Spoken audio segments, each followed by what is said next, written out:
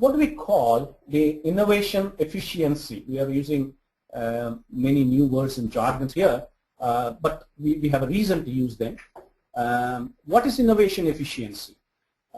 Innovation efficiency is the one that comes out of the inputs that come both from the technical and the business side of any development. It could be in the technology industry, it could be an IT industry, it can be anything. It can be even a, let's say, a tractor manufacturing industry, that is making tractors for the usage of multiple different types of terrains, maybe a terrain that has lots of hard soil, maybe terrain that is clay, and so on and so forth. So which one will be suited? So the innovation of the technology comes from both the business side and the technology side. So what do we mean by productivity? The business analysis productivity depends upon the ratio between the input that we receive from both the areas, the business side of it and the technology side of it. The better the ratio, higher the productivity from the business analysis. So this essentially means that the analysis is being done with people or experts that have excellent knowledge in their respective areas. Only when you have expert level knowledge in these two areas, in that particular area, we could call that there is a productivity gain.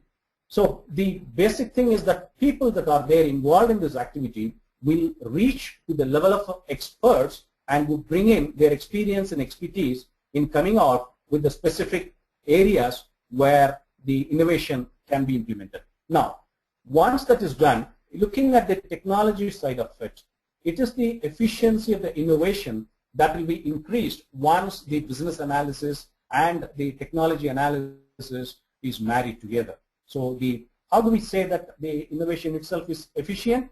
Is it going to meet up any customer need? Is it going to improve any change in the process or whatever that is currently being done? Is it going to be a paradigm? Is it going to give a paradigm shift in the way the processes are handled and the thought processes that are currently being managed by the people that are there in the system? So this is innovation efficiency. How is it going to improve the lives of the end users that are going to be there? So, and if you look at on the top side, on the business domain side of it, it has to bring in its own efficiencies in the business objectives and processes. So far, we might have been doing, a particular industry might have been carrying on an activity in a particular way. They may be doing the movement of, let us say, in the shop floor, one of the raw material or one of the ingredients for the manufacturing side could be moving from point A to point B and then to point C.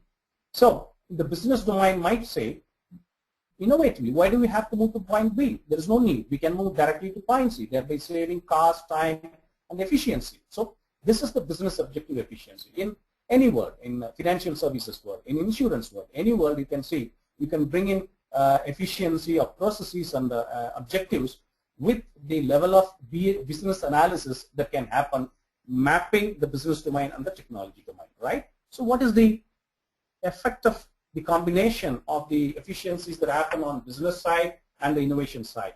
So there's going to be a major change activity. That's what we feel. Once the innovation is accepted, to bring in enormous amount of change in the way the business is conducted and the efficiencies brought about in the business, there is going to be a major change of activity that will happen in the business itself. So do we, for example, do we look at movement of, say, a product from point A to point B if we have to sell it faster, or do we have to move it, store it at point B? So there could be multiple ways of movement of technology, movement of ideas between various points, and how this is going to bring in the major change in the activity itself that is conducted in the particular industry. For example, if you look at the financial services industry, to which I am very closely associated, where we had mostly manual processes handling the transactions, manual processes handling the payment processes, and so on and so forth. So when the technology came into picture, there was a complete and total change at the way that was being handled. Earlier, even for a normal customer, he wants to encash a check. The check has to be deposited in the counter when the ledger clerk will look at the balance, verify it, and then pass it, and there will be an officer who will confirm the signature, availability of balance. Then the check will move to the teller, and the teller will disburse the cash. Now, with the system implementation, the core systems available in most banks, there is no need for the technical or the counter clerk that was there. It's all done by the teller himself. The process itself, one major portion of the process has been totally moved away. It has been moved out. So there is a major change in activity that has happened due to one simple innovation, that is the core banking solution we got implemented in a bank. So that's what we call the innovation efficiency that brings in the major change in the activity. So if you go to point number 1 and 2 that are there on top, so we clarified as to what we mean by that, and then we are going back to the impact of these 2 points. The efficiency of an organization on setting and achieving business objectives remains on technology innovation. Both of them go hand in hand. And the cost of the impact, innovation impact is reflected on large-scale change initiatives. Once there is a change in the way that it is handled, the way that it is moved, there could be a large impact on the cost. Normally, the expectation is the cost will be reduced. There is an improvement that happens in the entire process, thereby the organizations have a benefit of the innovation that happens due to the marriage of technology and the business. So this is so another great example, for having this technology and business analysis marrying themselves, and business analysis acting as an agent and optimizing the technology available, is the kind of banking, as Ram correctly mentioned, has changed over the past so many number of years.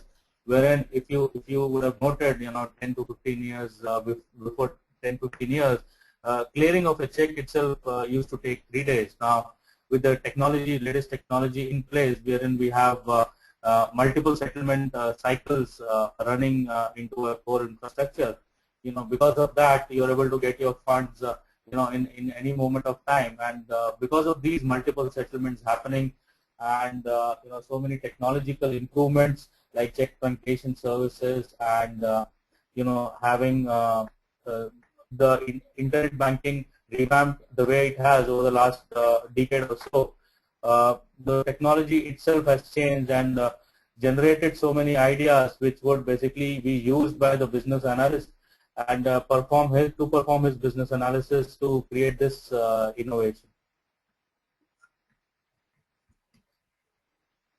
Okay. So we are moving on to the next slide. Any questions so far? Let me check if I have any questions. Yeah.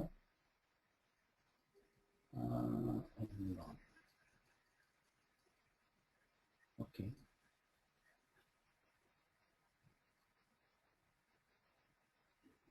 Yeah. All right. So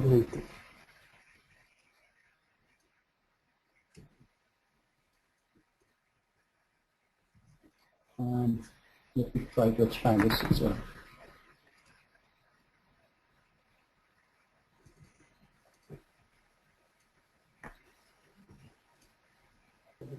I have 2 questions, just trying to expand it.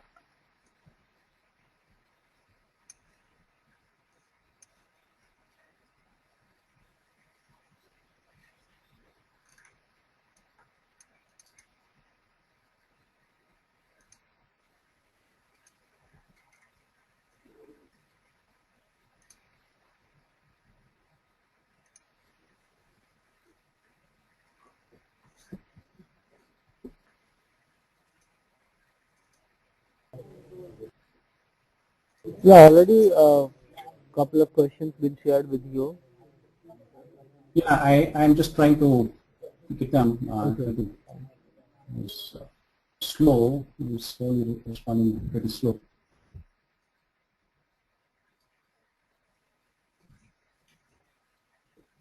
Okay. I'll request Anand to do it in the meantime. I'll keep talking at a certain time.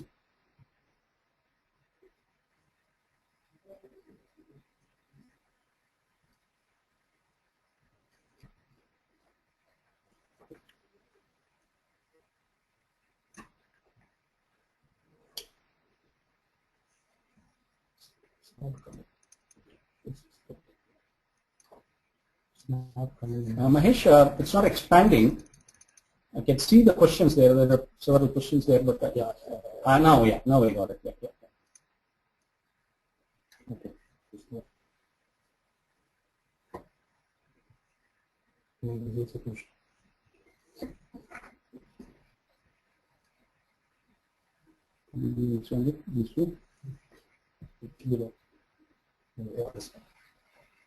Okay.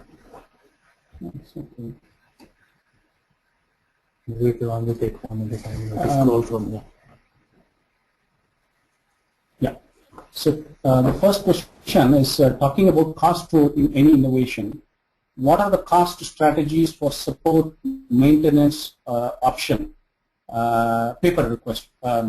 Yeah, I think there is a question and there is also an answer into the question. Innovation, of course, has its role both the the investment cost and the return on investments, plus the revenue that gets generated over a period of time. So we look at it as some of the organization, or rather most of the organization, look at the investment in innovation as investment. So if they get a return on investment over a period of time, we are in a position to write it off, going with the accounting parlance. Do all the investments result in certain amount of return for the amount of work or the amount of money that are spent? No, it doesn't happen that way. So for that matter, do companies stop investing in innovating, stop investing in research and development? They cannot afford. This is the very, very critical point that all of us should understand.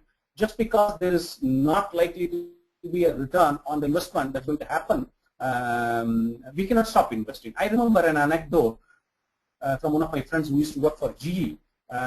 They had made investments in certain specific areas, especially on the turbine area, where they were working on certain new technology, and after about 3 years of running with spending enormous amount of money into that investment, ultimately they found that the way that they were looking at things were totally wrong, and there were certain other innovations that happened in the market which were totally disruptive, and these people were not in a position to, go ahead with their innovation, with their research activity. So the research director, they came back and they, apologetically went and told him, and this is what had happened. He said, fine. So where do you want to go next? Which area you want to invest next? So that is the way, most companies look at it as an investment, and if it is to be, if there are no returns onto it, well, so be it.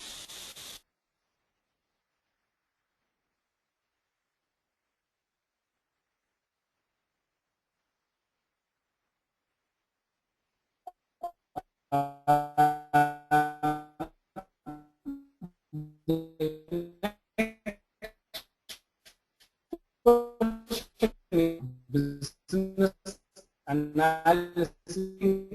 Do you want a business analyst or a technically the entire analysis is not necessary.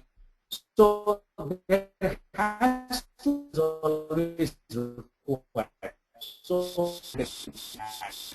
there is no technical person only trying to face the they were becoming the even I remember there was a conference, not a conference, there was a meeting that happened sometime late last year when the Project Management Institute of USA, they invited certain senior leaders from the Institute of Business Analysts from Canada. So the discussion was, how do we collaborate? Where do we think that we can add value to each other? So the thought process now is very clearly coming that individual contribution can no longer be valid. In fact, I was coming to this point at a later point in this discussion. The team contribution is more critical. The team with multiple knowledge areas, multiple levels of expertise will be required to find a solution for any situation, any problem. Technology is it's not an exception for that. Okay, so as a BA, is it important to get knowledge of deep technical knowledge? I beg to differ with this. We have had, once again, long levels of discussion. Personally, I would feel a business analyst should have knowledge of technology. How is it going to disrupt? How is it, the basic knowledge a person should possess should always be there. Not necessary that, for example, if you take a senior person, a team lead or a project manager, though he started his career as a developer, he would graduate into areas which would require more of management skills. Similarly, for the business analyst, his expectation, the contribution from him would be more onto the functional side, less onto the technical side. But yes, does he require technical knowledge? Yes, he requires technical knowledge, but not in depth. That's what my opinion is. Okay, there is one more question which says, it's the next one. What if the BA is unaware to the technology best for the customer requirement? Exactly. The business analyst is not expected to know, and certainly would not know, the right type of technology that is required for the customer. So that is why we are always propagating the marrying between the technical people and the analysts. So both of them have to work together. It is not possible for a business analyst alone to design a solution or architect a solution. And similarly, it is becoming increasingly evident that a technical person alone cannot architect a solution or design a solution. Both of them have to work together. How much of collaboration at each stage of SDLC, how much of collaboration they require, it varies from a type of project to another type of project. There is another question. A business analyst responsible to understand the customer need and propose valuable solution. In other words, derive business use case which are further driven down to system or component level use cases. Innovation at this level have the challenge of both customers and stakeholders not being able to perceive the new proposition. How do we handle this?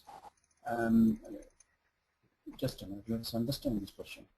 Responsible to understand the customer need and propose valuable solution. In other words, derive business use case which are further driven down to system or component level use cases. Okay.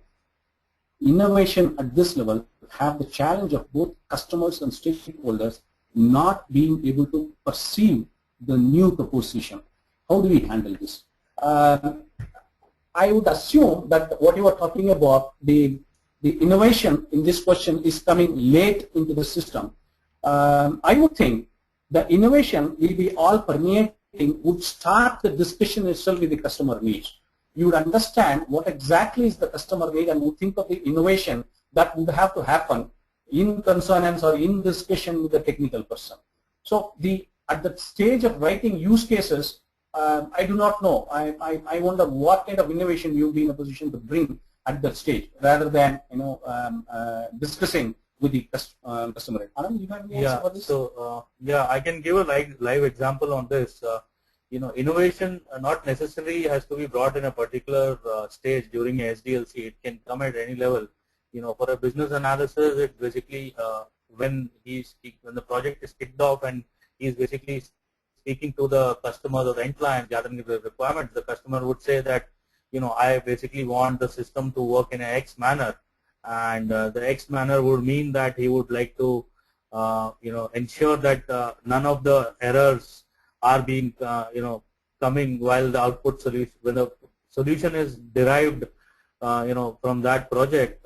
He wants that when the outcome comes, all the errors should come at that moment, so that it doesn't go into the end user's perspective. So the solution what we gave is, instead of having those errors tackled at the end, when the solution is taken the last step, why don't we kill that error itself in the front end? So it's basically an innovative idea to proactively see what the errors are initially and design in such a way that it doesn't come when the solution is designed at the end. Now, giving an example over here is, it's like in the internet banking solution. If a person logs in, and when he logs in, the customer says, when the customer logs in, send a call to the host to ensure that there are no attached accounts or defunct accounts which are creeped into the internet banking solution from in the online banking. So So to do that, you basically, I'm now moving into the operation level, wherein how do we do that? We basically send a call to the host, retrieve all the accounts, and then display, which basically again is an exhaustive process. So as an innovative idea, what we did was we basically had all those attached accounts or negative status accounts into the batch in the front-end solution. So there was no call which was sent to the host, and we basically stopped those files going out and getting a call to the host, having cut down the process to get the solution business requirement met in a very short duration period. Thanks, Anand. So the next question is, let's do a time check. We have about 15 minutes. I have about 5 questions left.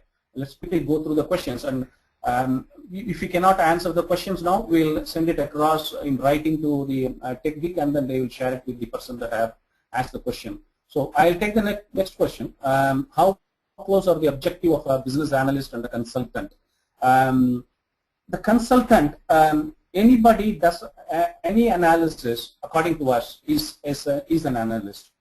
You call them by any name: business analyst, technical analyst, system analyst. An analyst is the one who does the analysis part of it. So what we are propagating here is an analyst, as far as the business side is concerned, gets involved in multiple areas. He may be doing a very simple task of gathering requirements, or he may be doing a very complex task of consultancy or a business process re-engineering. He is an analyst. So the objective of a business analyst, or the objective of any analysis that is getting done, is improvement, right? Getting the right kind of solution to the end user. It can be at the lowest level or it can be at the highest level. The objective is the same, whether it is a business analyst or a consultant, whatever name that you call it, right? So the current thinking in the international circles, we have been discussing with the president of the IABA and several other leading thinkers in this area. The current thinking is that any analyst, for our discussions, let us call them business analysts.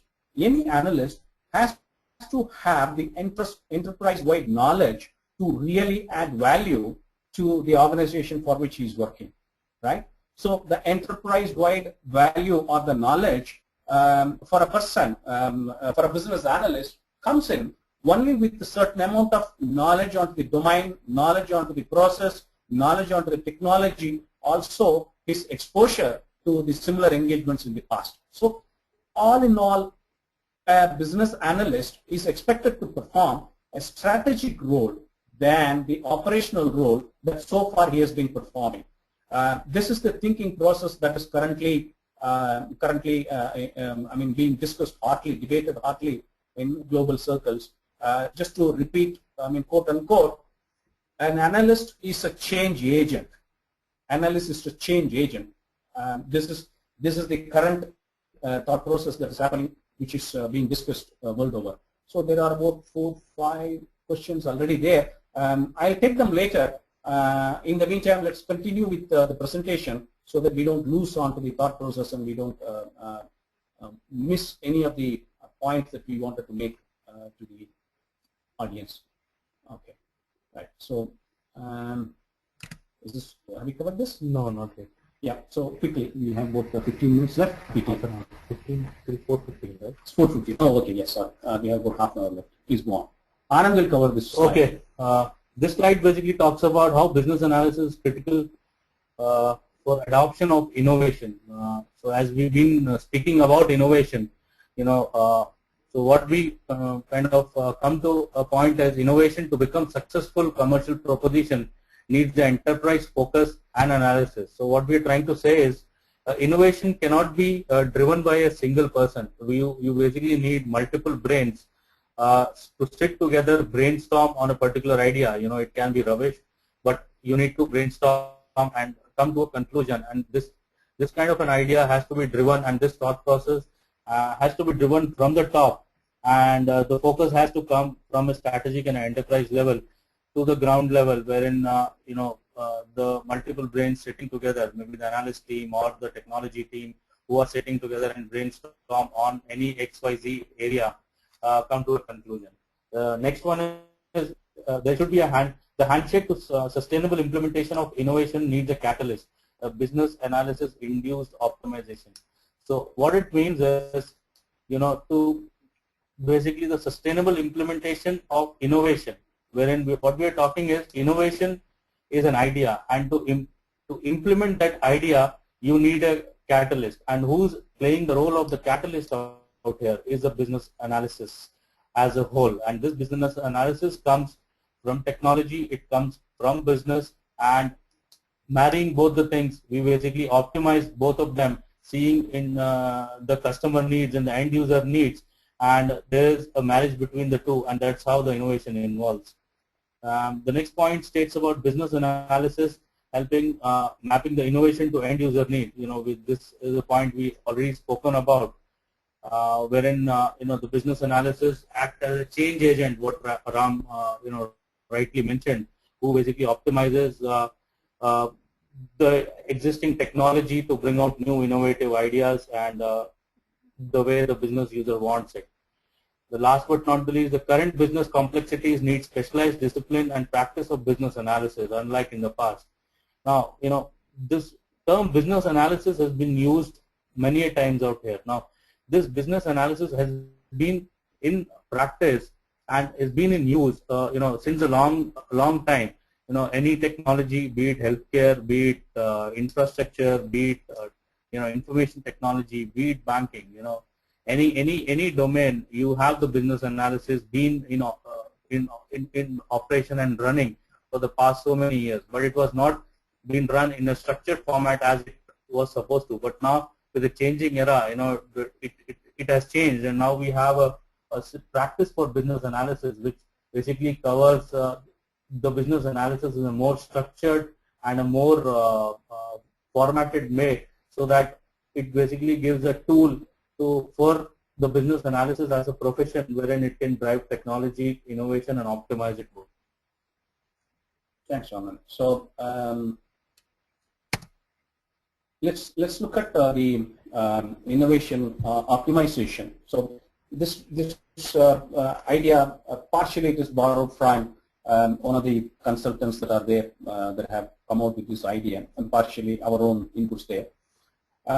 If you look at the loop, we have not deliberately put any arrow mark to indicate which way there is a flow. It can flow either way. Let's look at it. There is in the center, in the orange ball, you see the continuous innovation loop. So the innovation itself is a continuous loop, which of course all of us would agree. So what do we mean by embracing ambiguity? So uncertainty and ambiguity are part of the innovation world. There was a question a while ago that was raised. What do we do with the cost that we have invested if the innovation fails, in the idea for which we have invested money fails? It was one of the questions that I have received. So that is the ambiguity. That is the uncertainty. We don't know whatever we are going to innovate using the analysis skills that we have, both from the business side and from the technical side. Will it be successful? No, we do not know. Will it fail? No, we do not know. That is the uncertainty that we have. But can we ignore it? No, we cannot ignore it. If we ignore it only at the peril of folding down the business. I mentioned about Kodak. Kodak was one of the foremost companies. In fact, that was the company that registered the technology for digital photography. That was the first company to register for digital photography. Now you see so many camera companies, so many companies like Canon or Nikon copying the technology that Kodak has registered, and still they are surviving when Kodak has folded. So you cannot ignore innovation. You have to keep on innovating. And they have close to 268 innovations. So the analysis part of it is absent. That is the second part that I am coming to.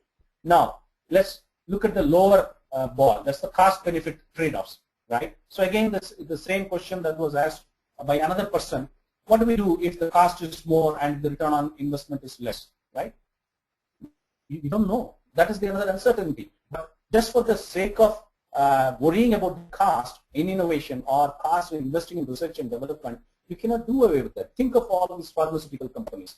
If they stop doing the research and development or investing onto the research and development area, thinking that this cost is ambiguous, this investment is going to be it's not certain. The return on investment is not certain. Do we do that? No, we cannot. We cannot afford to do that. So the benefits may come a long time in coming, but yes, we have to take certain amount of it there. And disrupt legacy models. This is one of the very pet theme for this particular slide. What do we mean by disruption of legacy models? Look, we have models that have been time tested. We have models that we have been believing all these years, for decades, for ages, for centuries. Do we think that the same model will continue forever? No. So if there is going to be a situation where the same model is successful over the next okay, just a minute.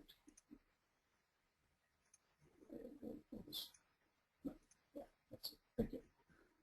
So the disruption of the legacy models, you can think of, I was reading an article a couple of weeks back that was published by Gartner, which was reading something like this. The legacy system modernization of the banks, it is going to be the next big bang. Do you believe that? All of us are of the opinion that core system that is prevailing in the banks are all there, already there, and nobody will be interested in modernizing their legacy systems. But this agency, this comes out with an article stating, research study stating that the banks are it is very critical for the banks to modernize their legacy systems, disrupt whatever that they are currently doing. Otherwise, they are going to lose out business. So that is disruption. And then foster creativity. When we say foster creativity, what we are saying is we have to influence. If you look at things, the current things that are there in the analysis world, it is influence without control. This is one of the pet sentences that we often hear from most of the business analyst world, the analysis world. Influence without control. Foster creativity. The creativity can come not from one person or 2%. It's a group that has to come. We have certain amount of, most of the companies and most of the participants would have at one point or the other would have been a part of the ideation groups where they come out with brainstorming, discussions, and so on. So foster creativity, help people to come out with their own ideas, encourage them to come out and participate, whatever be the type of idea. Maybe it looks very rudimentary at the first point in time, but it may prove to be a great idea. So get closer to customers. So this is the critical area where how do we, innovation per se is not useful unless otherwise it fills the gap or fills the need of a customer. So naturally, so you have to get closer to the customer. You have to keep constant touch with the customer. We are coming up with something like this. Would you be interested? Do you think that this is going to be a disruptive technology for you? Do you think that this is going to improve the efficiency, increase the efficiency for you? So this kind of questions have to be constantly asked. We have, in most companies, we have interest groups that get formed with specific ideas in mind. And most of these groups are, there are participants from the end users in most of these groups. They come up with their ideas. They come up with their suggestions. So if you look at the right-hand side top, analysis optimizing the technology innovation insists on innovation at every turn. We are not satisfied with innovation at day one and then we wait for 2 more years to come up with the next innovation to come on board. No, we do it continuously. Some of it is useful, some of it are not useful, but that is the way the industry has to be done. But again, we have to constantly keep on asking, is this truly innovation or just better business as usual? So you have to think of constantly asking this question.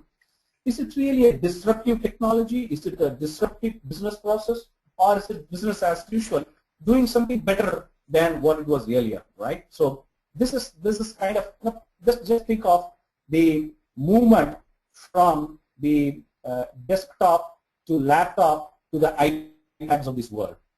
Is it, I'm just throwing this question to the audience, is it business as usual? Do you think this technology is truly disruptive, or is it just better business as usual? So this is the second question to the audience.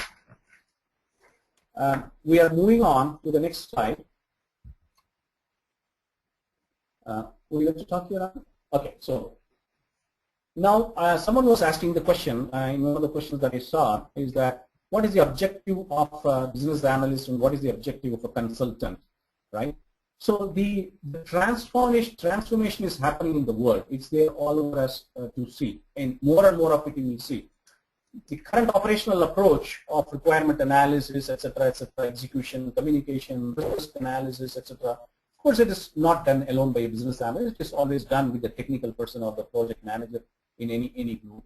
The business analysis itself is slowly maturing into a strategic area. It is not anymore just thinking of how to write a test case or a test strategy. It is also moving into the higher areas of thinking as to what kind of business process that is required if you need to address the customer need, a particular customer need. What kind of business area or what kind of technology that we need to understand with the help of the technical person there, technical architect there, if we need to understand, if we need to solve the particular problem that the business user is facing.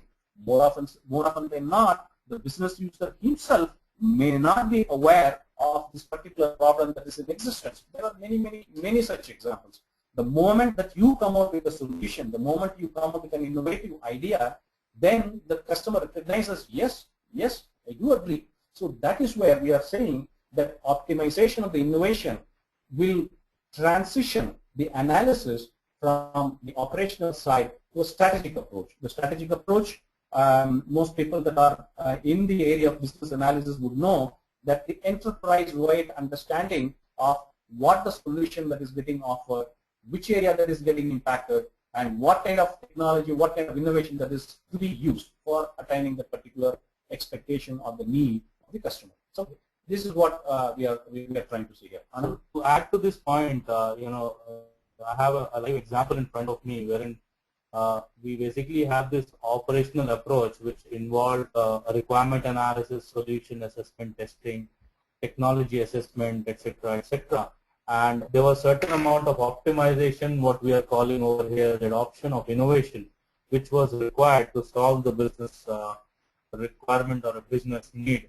One of my clients, wherein I used to work earlier, they wanted to basically develop a solution wherein it was an account originating platform, to be precise, and they wanted that whenever a customer visits, a customer can be that bank's customer, or it can be any other person who is logging to that bank site. They wanted to understand, when they are logging into the account origination platform, how would they know that a person has successfully, whosoever has logged in into that site has successfully completed that account origination exercise? And if not, then how do we guarantee that the person who's leaving that web page midway, is interested in that account or not? So that is what they called as a customer behavior. So this technology came into place, and they said, yeah, there is a way out how we can basically help you out. And they basically, through the IP address of the person who was logged in, and if he again logs in, he'd be brought to the same page, and he would basically know the place where he left earlier, and he would be able to log in into the application and start from the same place. And the bank would also know that customer had previously logged in and he's not completed that task. So it was a win-win situation for both ends. So this is like how the operational approach was used, and innovation was added to that to create that strategic, to achieve that strategic goal. Okay, so the punchline here is the adoption of innovation needs. It needs a collaborative approach and imbibing strategic thinking and leadership competencies. Naturally, when you move towards strategy from the operational area, you need to have make do of the way that you have been operating. Any analysis that has to be done has to have the paradigm shift into the way it was being handled in the past. The competencies that are required are more to be looked in as a leader rather than as a person, as an operational level executive that was handling the multiple areas that we have listed here or more. So what do we mean by the leadership competencies? The leadership competencies are nothing great, but there are specific enhanced capabilities that would have to be imbibed by an individual who does the analysis, whether it's a technical analysis or a business analysis. The communication part of it is one of those critical things. If you look at it in the operational area also, we talk about the communication. So here the communication has to cover in a bigger area, a larger area, and a larger number of recipients, and the type of communication that goes to each type of recipient, the type of communication that the response that you likely to get from each type of recipient, it has to be slightly different from what you do at the operational level. So this is just one example. There are multiple areas where a leadership competency has to be improved if an analysis have to reach the level of strategy from the operational. We are moving on to the next slide. Okay, this is an interesting slide. If you look at the innovation life cycle, what was the last question? Is technology a game changer for business analysis or vice versa? Or business analysis game changer? Same question, yes.